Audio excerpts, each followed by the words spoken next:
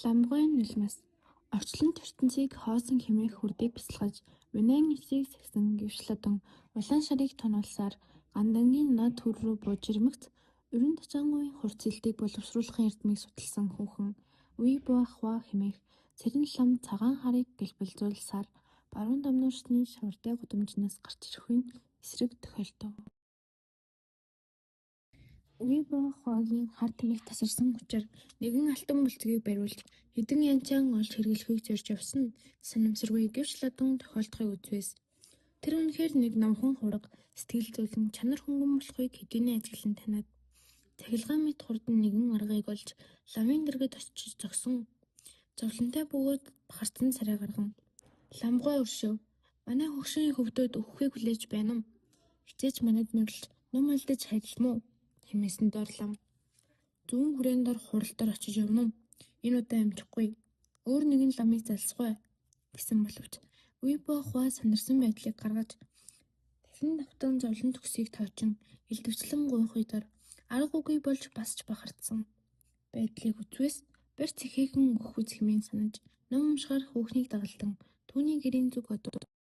Зуны цаг дор баруун дамнуурсны 5 гудамжийн шавар үлэмж Шэйс-Басны үнэр ханхлах нь үнэхээр түмэн багц хужийг шилавч үл дарагдмаараа гэвчлэтэн орхимжаараа хамраа бүглэн хүүхний хойноос намс алхана. Удалгүй нэгэн ухай цагаан хаалгаар орвоос гангийн эрсрийн шурууг агаар дарамтагдаж зүйлсэн өснөөс салхин дор хийсэн дээл хувцсангаар наалтан хоёр нурсан шавар байлингийн нарийхан завсраар өнгөрч баруун талдаар зүүн тийш харсан нэгэн шавар байшин дор үсүүдэр хүүхэн ламыг нэгэн сандал дээр суулгаад цай авчрыг хэмээн гарч удахын завсар лам ажиглуул.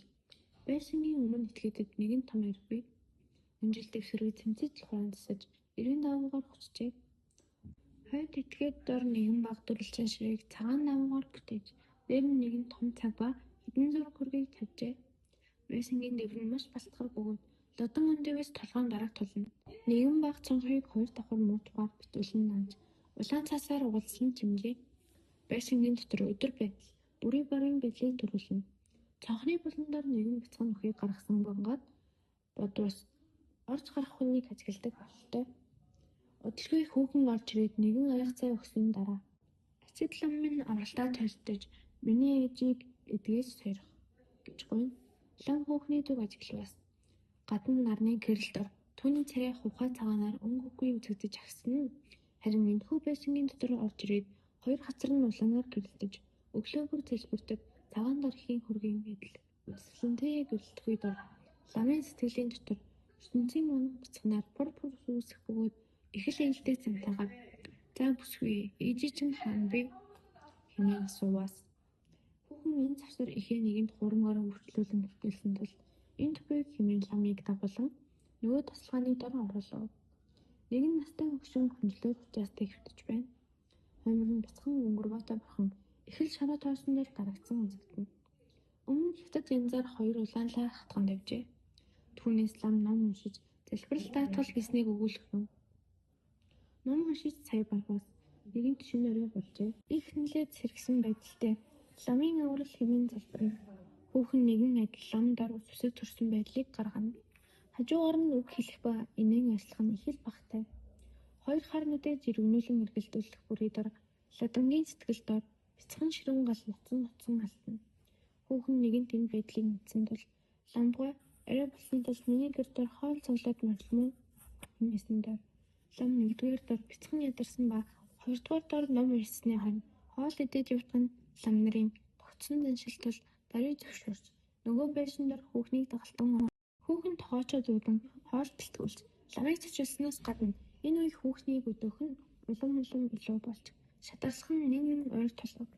Энтийн эвлэлсээр ламын ертөнцийг сайшаах сэтгэл нь улам нэмэгдэж нэгэн хүчийн зур дүүн хорийн аймаг дах 4 хантай гэр ба хэдэн гонгорвотой бурхнаа мартжээ. Түүнээс хүүхэн "Өнөө нэгэнт орой болжээ. Бидэнд дор таныг хүргэн өгөх унлаг үгүйгээс гадна бас бороо орж байх тул энэ шин энд морилдох нь агаш харваас сайн буй" хэмээсэн дор лам хойш нэгэнтэй бодсон боловч үнэхээр орой болж бороо орж буй ба мөн ч энд баахан зугаатай болох тул энэ шөнөд орой хонохыг нэгж шийдэв. Хүүхэн баярлаж дэр дэвсгэрийг цэцв. Тус тусын ор дэвсгэр дээр унтсны хойно мэдээжийн хэрэг хүүхэн хаяа зөөлөн ханив. Ламын нойр үл хүрэн. Лам хэдийгээр хүүхэн дор халтахыг хүсвч угаас эхнэр хүүхэд лүгээ төдийлэхэд холцолдсон үгүй тул баахан халсан. Лам тисэж ядахтаа сайн гэж шалтгаалan босож эргэж ирэхдээ хүүхний үүр дор орё хэмээн сэтгэж гадна гарч одов. Удалгүй эргэж ирээд гадна чагнамаас цэв чимээ үгүй хаалгыг татвас. Ламгой бяцхан байснараа хэмээн хүүхэн дун алдах үедэр лам юун болохыг хүлцэн ядаж дулаан хураагаа нургаж байсангийн цаасан зовхыг цоолоод мөнхөө бяцхан нүхээр ажиглавас. Хүүхэн хүнжил дээрээ дотор хувцаа тайлж байхын дэнгийн гэрэлтээр үнэхээр үзэсгэлэнтэйгээ үзэгдэж сэтгэлийг хөдлөх үедэр ламын хоосон чанарын бодлогоо хэдийнэ нөгөө ертөнцөөр шилжиж үнэн нэгэнт баруун зүйдор одоод тачаангой гал дүрлцэн бадархуй дор яаран орж хүүхний хамт нойрсов. Түүнээс ертөнцийн хэрэг ламын сэтгэлдор тооломжтойг тоочвос барахгүй. Даруй өглөө харьсан боловч үдэс санагдан эргэж ирсээр нэгэнт хэд хэдэн сар болд баруун намнуурга ба гандангийн дэнч хоёрын хооронд нэгэн нарийнхан шин зам нэгдэв. Түүнээс үе боохва лодон дор үнэхээр дурлсан бус тул энэ савсар баян гівшин буйнаар дэмэл таралдсан боловч бас ханахгүй. Гэвч лодон ертөнцийн цаламдаар нэгэн түрхтэгдэж хүүхэн дор автаад юун хэмэвч гажих үгүй болсон бөгөөд явн явсаар лам гандан дах хашаа байшин ба гавч болохын тулд бэлтгэсэн юмаа бүгдийг нийлүүлж үе боохоо дор гоо сайхан элбэг дэлбэг хашаа байшин төхөөрч хорооны газраа хамтран суух болов. Нэгэн өдөр гэвч лодон гэртээ ирээд байшингийн хаалгаа татвас дотроос нь түгчжээ. Цонхны булангийн завсраар нум үзвэс үе боохоо нэгэн залуу хар хунлууга тэврэлтэн суна.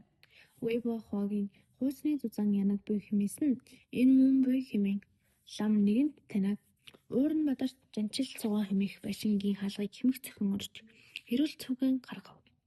Гэтэл хүүхэн өчүүхэн жимэх зовх байдалгүй харин лам дор дур үгийн учрыг хэлж хараан загнаж хүн гаргасан дор лам заалтыг хэмэвч хуврагын ёсоо өвцөн тул арга үгүй гунхран байшингийн босхийг тэрвэрч "Хүү минь би чам тайртай. Одоо би хаана очих вэ? Өөр хүнтэй хандлах хамаагүй. Гагцхүү намайг бүэрх" хэмээн хоёр нүднээсээ ертөнцийн хар нулимсыг борооны тусал мэт асгаруулна.